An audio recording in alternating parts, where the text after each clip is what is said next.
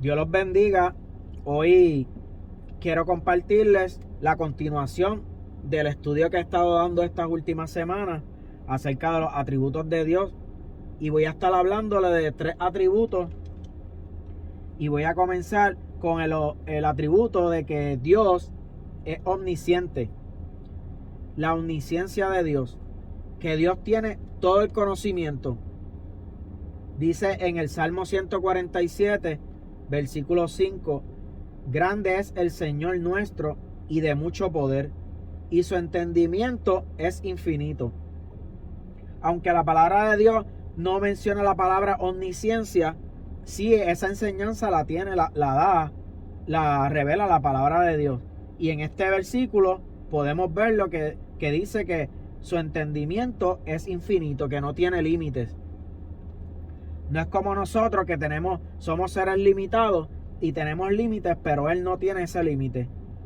Para hacer una creación tan maravillosa y perfecta, tiene que haber un conocimiento sobrenatural e infinito.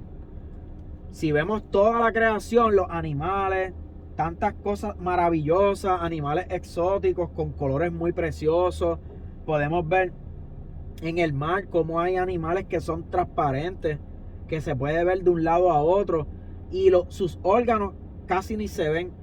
Eso es algo que solamente un ser sobrenatural con todo conocimiento puede crearlo. En las universidades se niegan a enseñar el diseño inteligente que enseña el creacionismo, donde se supone que la ciencia tiene que ir a la par, todos los descubrimientos científicos tienen que ir a la par con lo que enseña la palabra de Dios. Pero ellos, en su afán de negar a Dios y la palabra de Dios, se niegan a enseñar este tipo de enseñanza de diseño inteligente. Y esto también lo podemos ver con las personas que dicen que son ateas, aunque en realidad en su rebeldía dicen, mayormente es porque son rebeldes, pero dicen que no creen en Dios. Podemos ver cómo ellos dicen que el cristianismo no tiene base para probar las cosas, no tiene argumentos para probar las cosas, ni evidencia para probar que hay un ser superior que lo creó todo y que solamente se necesita tener fe. Pero podemos ver cómo ellos no usan la razón, creyendo que la nada pudo haberlo creado todo. Eso es algo que se va fuera de la razón. Y no solamente que lo creó todo, sino que lo creó a tal nivel de perfección. Todo cayó en orden, en completo orden, y todo perfecto. Y todo ahora tiene vida. Eso es algo que sí realmente se necesita fe y se va fuera de la razón. Nosotros los cristianos creemos en esa fe también, además de evidencia, es razonable, porque podemos ver cómo toda la creación demuestra cómo hay un ser superior infinitamente en conocimiento que pudo haberlo creado todo tan perfectamente. Podemos ver cómo en la historia han surgido personas tan brillantes como por ejemplo Albert Einstein, y si lo comparamos con la mente de Dios, a lo mejor las personas lo ven como si él fuera alguien hasta sobrenatural, pero si lo comparamos con la inteligencia de Dios, él no es nada. Si vemos en la palabra de Dios, dice el apóstol Pablo en 1 Corintios 3:19, dice, porque la sabiduría de este mundo es insensatez para con Dios, pues escrito está, él prende a los sabios en la astucia de ellos. Y otra vez, el Señor conoce los pensamientos de los sabios que son vanos. O sea que él está haciendo una comparación de la inteligencia de Dios, comparándolo con los pensamientos de los seres humanos. Para él, eso es un pensamiento vano. La sabiduría del hombre y el razonamiento es vano para con Dios. El ser humano ha luchado mucho, por muchos años, de poder comprender cómo se crearon las cosas, cómo surgen las cosas, y ha tratado por años y años. Y cuando, por ejemplo, tocando el mismo tema de Albert Einstein, cuando él murió, los científicos querían su cerebro para poder analizar qué era lo que había ahí de de especial, pero en su deseo de querer aprender más, el patólogo, que fue el que hizo la autopsia, se robó el cerebro de él para analizarlo y vio que los lóbulos, en un área del cerebro, los lóbulos eran más grandes que lo normal que las personas regulares. Pero pues hasta ahí eso pudieron encontrar. Y imagínense cómo Dios creó todo eso. Ellos están luchando por saber sobre la inteligencia de un ser humano, pero en realidad, y la inteligencia del Dios que lo creó sería muchísimo mayor. Cuando Isaac Newton, que fue otra persona muy importante y que aportó mucho a la física y a la ciencia, cuando él estaba anciano, pues que ya tenía más madurez y sabiduría, le preguntó a una persona, le dijo: Doctor Newton, usted debe tener un tremendo bagaje de conocimiento. Él respondió: me recuerdo como un niño pequeño caminando por la playa juntando caracoles. El niño tiene un puñado de caracoles en su manita, pero alrededor de él hay una inmensa playa que se extiende en todas direcciones, tan lejos hasta donde alcanza su mirada. Todo lo que sé es simplemente un puñado de caracoles, pero el vasto universo de Dios está lleno de conocimientos que yo no poseo.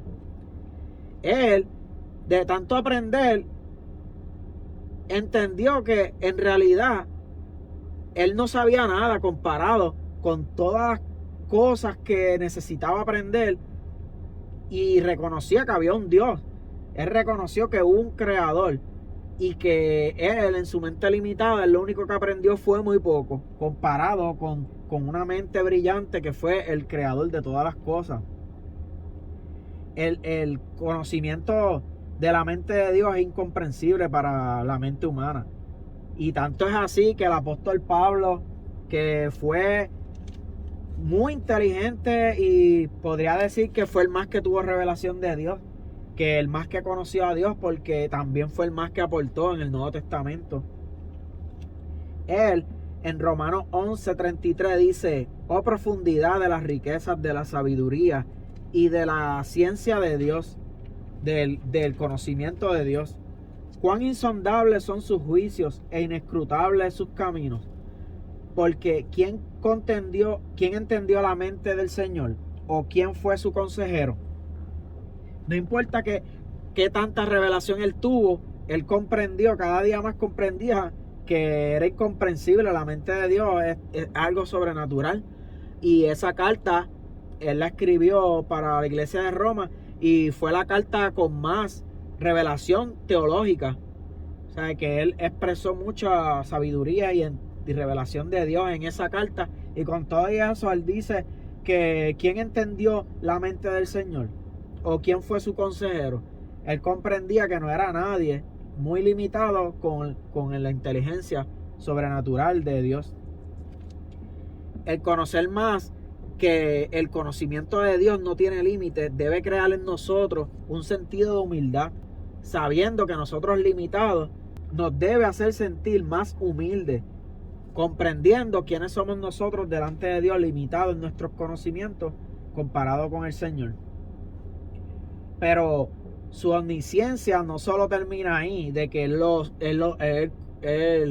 tiene mucho conocimiento, sino que también se va mucho más allá, que él sabe todo lo que nosotros pensamos, que ahí va mucho más allá su omnisciencia.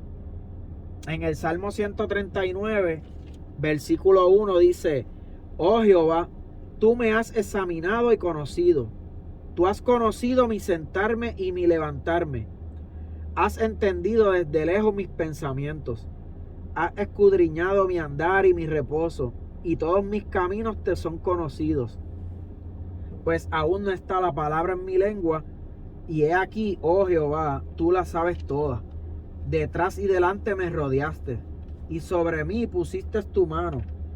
Tal conocimiento es demasiado maravilloso para mí. Alto es, no lo puedo comprender. El rey David que dice Dios que era conforme a su corazón, llegó a tener una intimidad tan grande con el Señor que él pudo conocer y reconocer que el conocimiento de él era tan grande, demasiado maravilloso, y no lo podía comprender. Era muy alto para él. Así nosotros tenemos que llegar a tener una relación con el Señor en intimidad y poder conocerlo cada día más. Y para poder andar en su voluntad constantemente y hacer las cosas que a él le agrada. Otra cosa que quiero tocarle es que el atributo de la omnisciencia de Dios es exclusivo de él. Él no lo comparte con nadie. Y podemos ver en la palabra de Dios cómo Jesús también es omnisciente.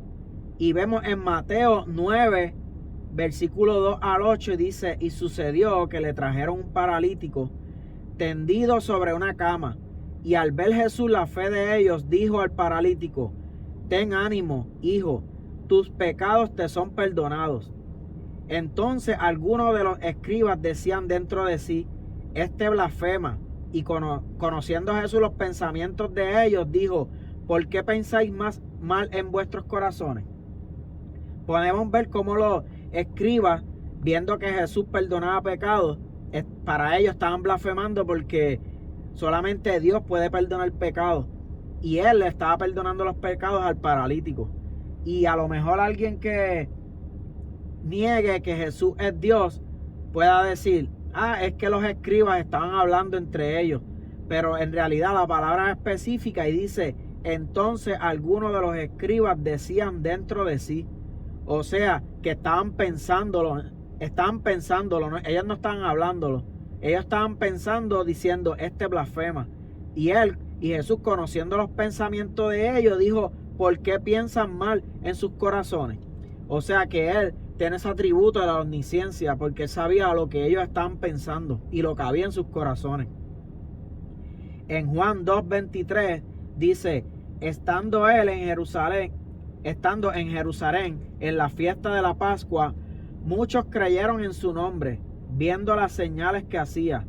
Pero Jesús mismo no se fiaba de ellos, porque conocía a todos y no tenía necesidad de que nadie le diese testimonio del hombre, pues él sabía lo que había en el hombre. Podemos ver cómo en la fiesta de la Pascua, que se hacía una vez al año, se celebraba una vez al año, venían miles de personas de todos los pueblos a Jerusalén y iban al templo. Y estamos hablando que la palabra de Dios, que dice que él conocía a todos los hombres que estaban allí presentes, no estamos hablando de 50 ni 100 personas, sino que miles de personas. Y dice que no tenía necesidad de que le dieran testimonio del hombre, porque él conocía lo que había en el hombre. Así que está hablando que Dios, el atributo de la omnisciencia de Dios, Jesús también lo tiene, porque él conocía lo que había en los pensamientos de las personas. Así que eso tiene que ser una bendición muy grande para nuestras vidas. Reconocer, entender y creer el Dios que nosotros servimos, que dijo que estará con nosotros todos los días hasta el fin del mundo, todo lo sabe y conoce todos nuestros pensamientos. Así que tiene que ser una bendición para nuestras vidas, que Él es el que constantemente nos está ayudando, diciendo lo que está bien y lo que está mal. Es el que nos está capacitando, el que nos está cambiando nuestra mente. En la palabra de Dios dice que nosotros tenemos la mente de Cristo, y eso es una gran bendición en entenderlo. En Hebreos 4:13 dice: y no hay cosa creada que no sea manifestada en su presencia. Antes bien, todas las cosas están desnudas y abiertas a los ojos de aquel a quien tenemos que dar cuenta. Así que en el juicio nosotros tendremos que dar cuenta de todos los pensamientos que pecamos y pues no nos pusimos a cuentas con Dios. Él en la palabra de Dios también dice que de toda palabra ociosa, eso lo dijo Jesús, dará cuenta en el día del juicio.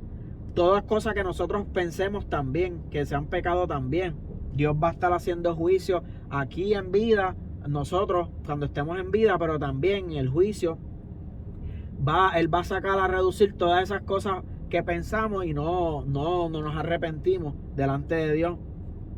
Una vez hablando con un amigo mío en el trabajo, que él es cristiano, estábamos hablando de ese tema. Yo le decía, el juicio me imagino que será bien largo porque es tantas cosas que nosotros podemos haber hecho o pensado.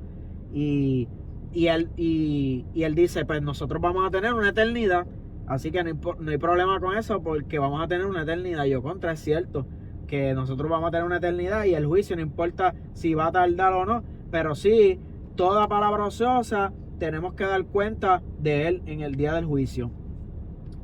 Ese atributo en realidad tiene que crear en nosotros temor de Dios, sabiendo que todo lo que nosotros estamos pensando, Él lo sabe todo. Tiene que producir un beneficio en nuestras vidas de tener temor de Dios. En realidad eso no nos debe asustar, sino que a la persona que no se quiera arrepentir, ese sí es el que se debe asustar, porque no le conviene entender que Dios es omnisciente y que todo lo sabe. Los atributos de Dios nosotros los vamos a recibir dependiendo cómo esté nuestro corazón. Si nuestro corazón quiere hacer la voluntad de Dios, va a ser una bendición para nuestras vidas el conocer y entender y creer en los atributos de Dios, poder comprenderlos bien. Pero a alguien que no se quiere arrepentir, pues es algo negativo para su vida, y eso lo podemos ver cuando a veces le predicamos a las personas.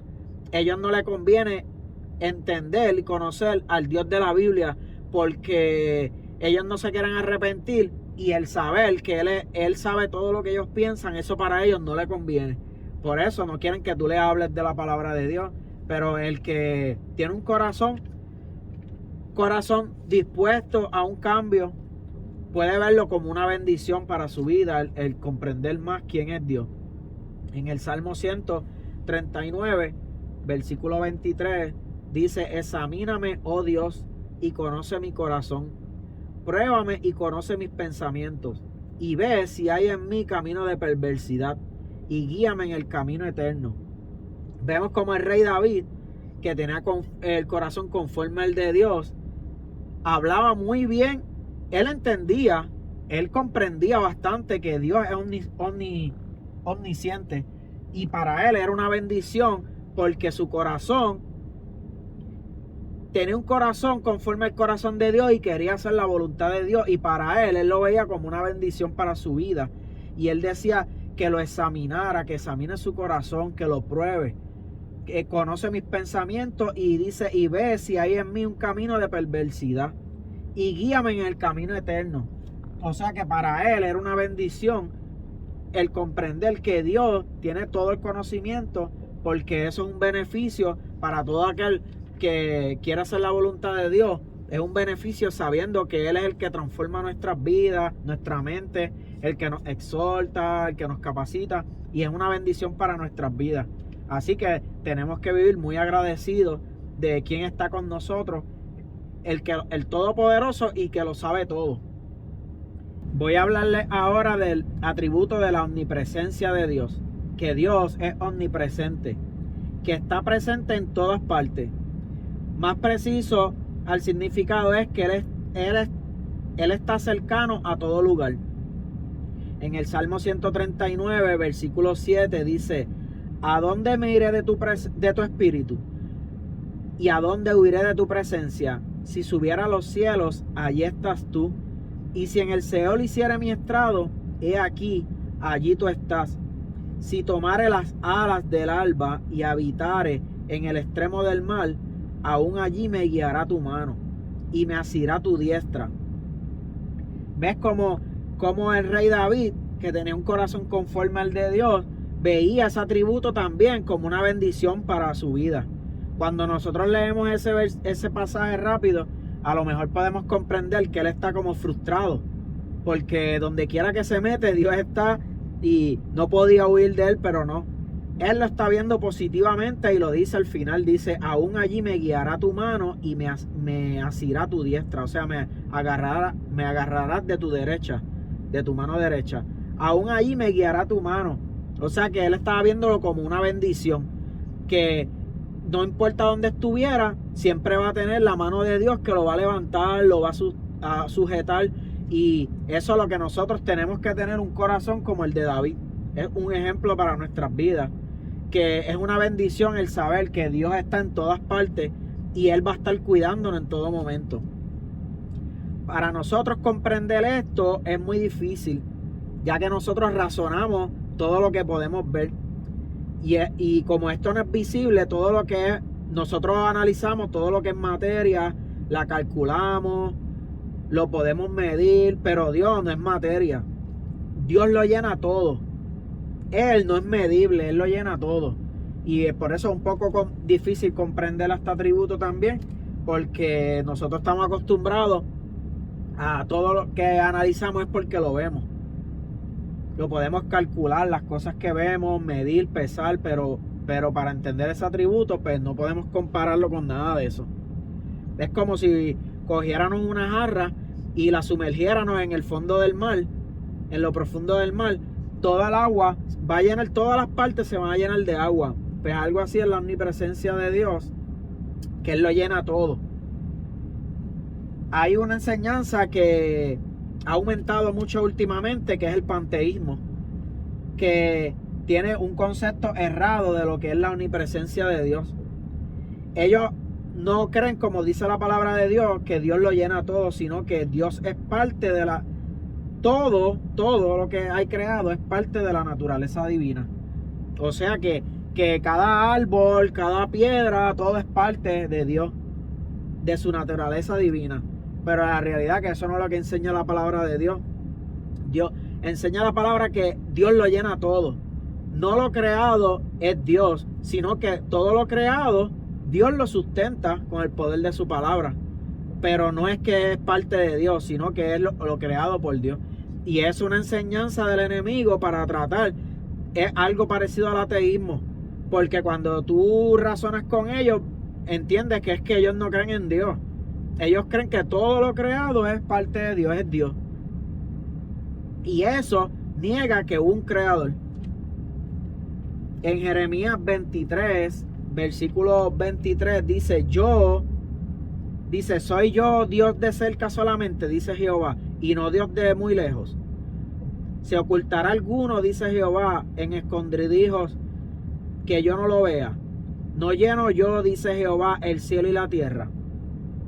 Qué bendición más grande es saber que Dios está cercano a todo lugar.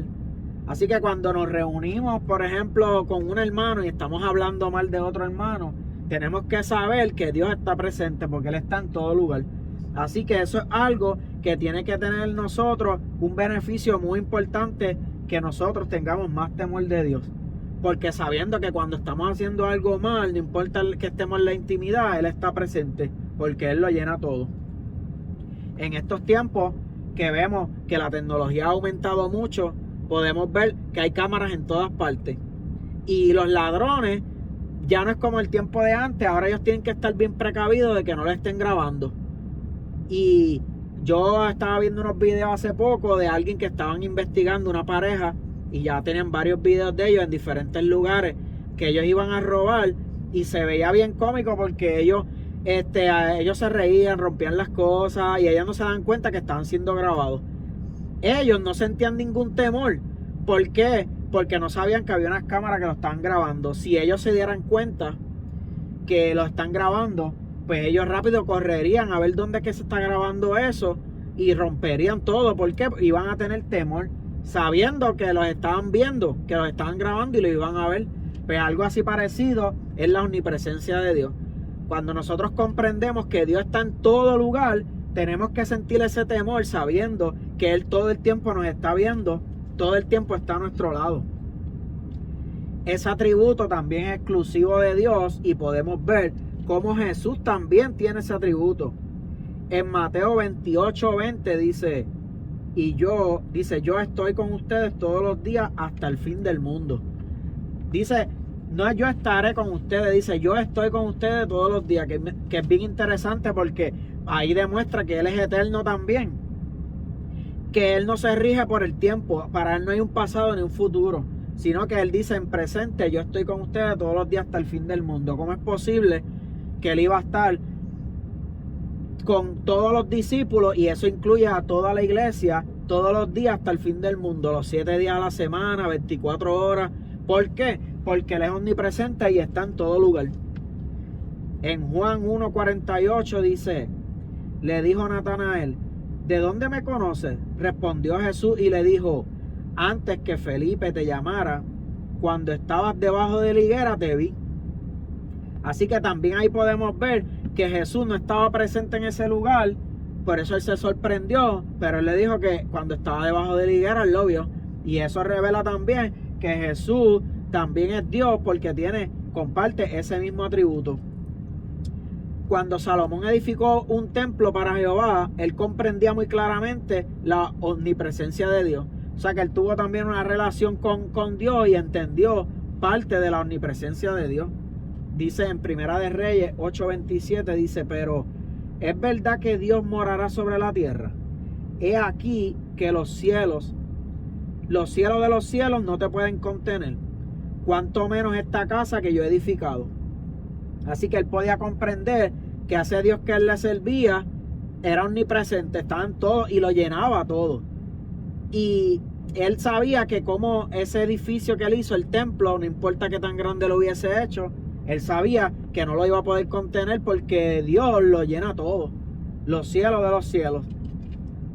Y podemos ver cómo hay personas que no comprenden este atributo y tampoco lo creen en sus corazones, porque aunque digan entenderlo, no lo creen, porque podemos ver cómo entran a las iglesias y piensan que es que ahí es que está Dios solamente, por eso es que se transforman, tienen una vida de mal testimonio fuera, pero cuando van a una iglesia, ahí ellos piensan que está solamente la presencia de Dios y ahí se comportan bien, y cuando salen afuera viven una vida normal, y es que no tienen en su conciencia ese conocimiento de que Dios lo llena todo y está en todas partes. ¿Cómo es que Dios, si Dios está en todas partes, cómo es que hay personas que lo ven lejos? ¿Cómo es que Dios, si está en todas partes, hay personas que lo ven lejos? Yo voy a darle dos razones por las cuales las personas ven lejos a Dios. Una es porque no tienen conciencia de que Él está presente. Yo les voy a dar un pasaje bíblico que demuestra eso.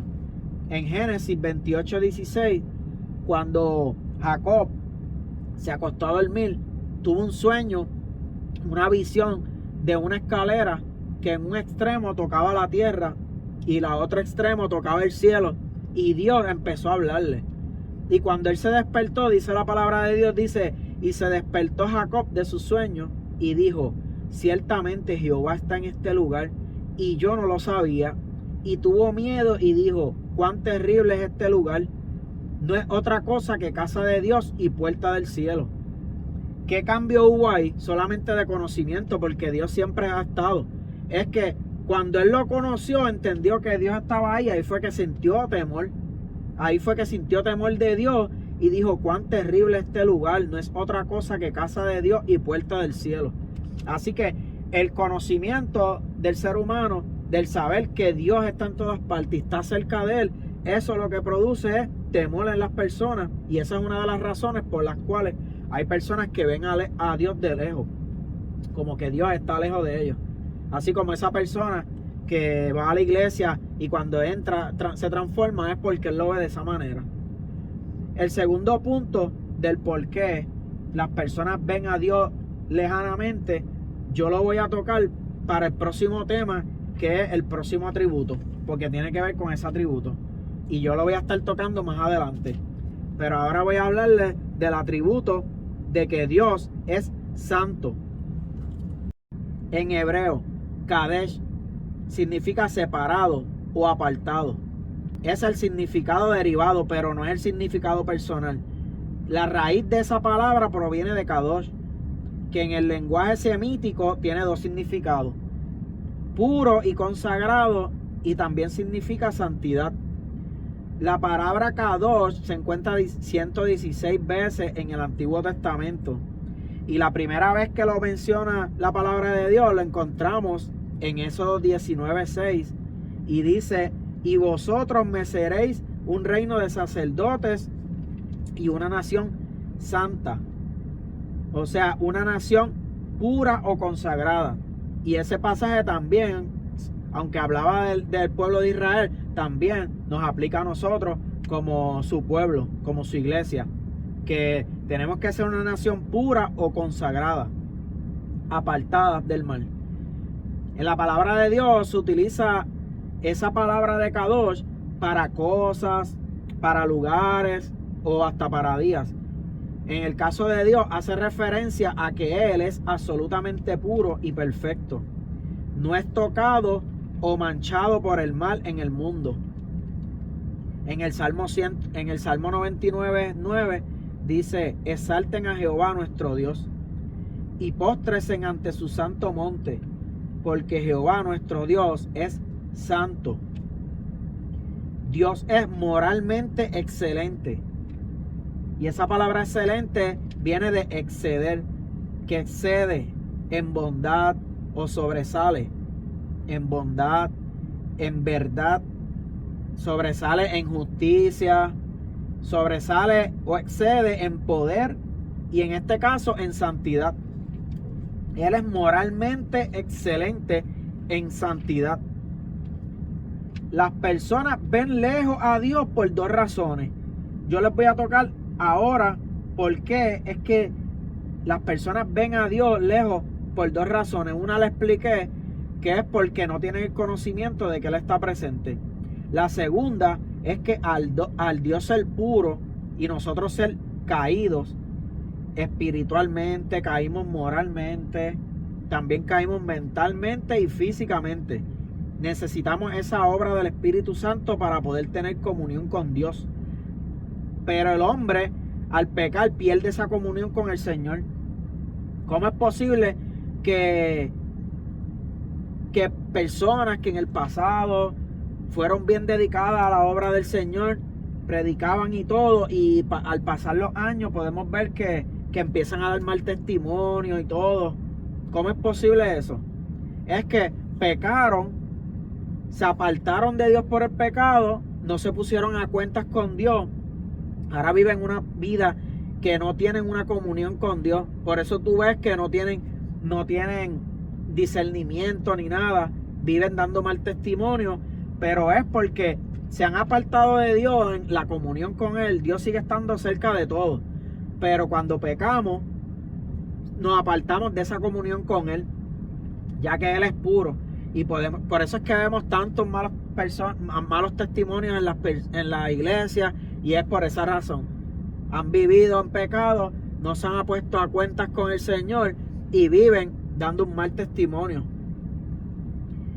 En realidad, explicar la santidad de Dios es muy difícil, porque aquí en la tierra no podemos encontrar nada suficientemente limpio para compararlo con Dios, con la santidad de Dios, o completamente puro para compararlo con la santidad de Dios, ni completamente blanco para compararlo con su santidad. Nosotros lo que tenemos es una simple idea de lo que es estar delante de la presencia de Dios, pero es un privilegio el nosotros comprender esto, que nosotros podemos entrar delante de su presencia en el lugar santísimo, y podemos ver como el Antiguo Testamento, las personas que iban a entrar al lugar santísimo una vez al año tenían que hacer muchísimos procedimientos, limpiarse de sus pecados, y si cometían un error o pecaban y entraban de esa manera, morían. Quiere decir que eso nos demuestra la santidad de Dios tan grande, que no podemos estar delante de su presencia, y nosotros tenemos que ser bien agradecidos con Dios, porque nosotros podemos entrar, tenemos ese privilegio de entrar a ese lugar santísimo, pero no por nuestros méritos, sino por los méritos de Jesucristo en la cruz del Calvario. Y eso es un honor y un privilegio, poder entrar delante de su santidad, delante de ese lugar santísimo, y clamar a Él. ¿Cuántas personas viven como vivíamos nosotros en el pasado, apartados de Dios, cometiendo malos errores, tratando de tomar decisiones, y no tienen esa bendición de poder ir directamente al lugar santísimo delante de Dios para clamar a Él? Y nosotros, teniendo esa bendición, tenemos que ser muy agradecidos comprendiendo que nosotros que somos impuros podemos entrar delante de la presencia de Él, porque en realidad nosotros somos impuros y no debemos entrar delante de la presencia de Él, pero Él en su gran misericordia así lo ha permitido por los méritos de Jesucristo. Podemos ver cómo hay muchos hombres que han tenido encuentros personales con Dios y han visto lo impuro que son ellos, y han tenido unos encuentros muy fuertes con Dios, han sentido mucho temor, y eso lo podemos ver cuando Moisés tuvo un encuentro con Dios, que se le apareció en la zarza ardiendo. Él cubrió su rostro porque tuvo miedo. Imaginemos esa gloria tan grande de su santidad delante de Él. Él tuvo temor y se cubrió por el temor. Vamos a leer aquí en Isaías 6:1 al 7 cómo Isaías tuvo un encuentro con el Señor y fue muy fuerte para él. Y vamos a leer, dice: en el año que murió el rey Usías, vi yo al Señor sentado sobre un trono alto y sublime, y sus faldas llenaban el templo, pero por encima de él había serafines, cada uno tenía 6 alas, con 2 cubrían sus rostros, con 2 cubrían sus pies, y con 2 volaban. Y el uno al otro daba voces diciendo: Santo, Santo, Santo, Jehová de los ejércitos, toda la tierra está llena de tu gloria. Y los cuciales de las puertas se estremecieron con la voz del que clamaba a la casa que clamaba, y la casa se llenó de humo. Entonces dije: ay de mí que soy muerto, porque siendo hombre inmundo de labios y habitando en medio de pueblo que tiene labios inmundos, han visto mis ojos al Rey, Jehová de los ejércitos. Y voló hacia mí uno de los serafines, teniendo en su mano un carbón encendido, tomado del altar con unas tenazas, y tocando con él sobre mi boca, dijo: he aquí que esto tocó tus labios y es quitado tu culpa y limpio tus pecados. Algo bien interesante es que primeramente, para poder estar delante de la presencia de Dios, tuvo que ser limpiado de sus pecados. Así que vemos cuál es la santidad tan grande. Por eso es que Él no tiene comunión con el pecador. También podemos ver cómo Él sintió tanto temor y dijo: ay de mí que soy muerto, porque siendo hombre inmundo. Él se sintió inmundo delante de un Dios santo, y así es que nosotros tenemos que vernos día a día, que nosotros somos inmundos, no tenemos, en realidad nosotros no debemos tener esa relación con Él, pero Él así lo ha querido por la obra que hizo Jesucristo en la cruz del Calvario, y nosotros somos bienaventurados, grandemente bendecidos, el poder entrar delante de su presencia a ese lugar santísimo y poder tener una comunión con Él. Este atributo es exclusivo de Dios y también lo comparte Jesús. Y vamos a seguir leyendo exactamente ahí donde nos quedamos, en Isaías 6. En el 8 dice: después oí la voz del Señor que decía: ¿a quién enviaré y quién irá por nosotros? Entonces respondí yo: heme aquí, envíame a mí. Y dijo: anda y di a este pueblo: oíd bien, y no entendáis, y ved por cierto, mas no comprendáis. Engruesa el corazón de este pueblo y agrava sus oídos, y ciega sus ojos, para que no vean con sus ojos, ni oigan con sus oídos, ni su corazón entienda, ni se convierta, y haya para él sanidad. Y yo les voy a leer aquí en el Nuevo Testamento, Juan 12:36, dice: estas cosas habló Jesús, y se fue y se ocultó de ellos. Pero a pesar de que había hecho tantas señales delante de ellos, no creían en Él. Para que se cumpliese la palabra del profeta Isaías, que dijo: Señor, ¿quién ha creído a nuestro anuncio? ¿Y a quién se ha revelado el brazo del Señor? Por esto no podían creer, porque también dijo Isaías, y aquí está citando ese pasaje que nosotros acabamos de leer de Isaías, dice: cegó los ojos de ellos y endureció su corazón, para que no vean con los ojos y entiendan con el corazón y se conviertan y yo los sane. Dice, Isaías dijo esto cuando vio su gloria, hablando de Jesús, cuando vio la gloria de Jesús, y habló acerca de él, refiriéndose a Jesús. Obviamente yo no le estoy hablando de su naturaleza humana, yo estoy hablando de la segunda persona de la Trinidad. Y está diciendo la palabra de Dios que el que vio a Isaías fue a Jesús, a Dios mismo que estaba delante de él. Dice, Isaías dijo esto cuando vio su gloria y habló acerca de él. Cuando la palabra está hablando de Jesús, en ese pasaje de Juan 12, dice que Isaías dijo esto cuando vio su gloria y habló acerca de él, de Jesús. Porque al principio está hablando de que Jesús estaba ahí haciendo milagros, pero no creían en él. Y entonces ahí él citó ese pasaje de Isaías. Ahí podemos comprender que Jesús comparte ese atributo de la santidad de Dios porque Él es Dios. Vemos también en Apocalipsis 1:17, cuando Jesús se le aparece a Jesús con todo su esplendor, dice la palabra de Dios, cuando le vi, caí como muerto a sus pies, y Él puso su derecha sobre mí diciendo, no temas, yo soy el primero y el último, y el que vivo y estuve muerto. Dice que cuando Él vio su presencia, cayó como muerto a sus pies. Aquí podemos ver esa experiencia que han tenido tantas personas que han tenido un encuentro con Dios personal, que caen de la gloria tan grande de su santidad. Él también tuvo esa experiencia cuando se le presentó a Jesús, cayó como muerto a sus pies. También cuando Jesús se le manifestó a Pablo, a Saulo, él cayó de rodillas, se cayó al suelo. Dice que temblando y temeroso dijo, Señor, ¿qué quieres que yo haga? También Saulo tuvo ese encuentro personal con Jesús y tuvo ese mismo temor.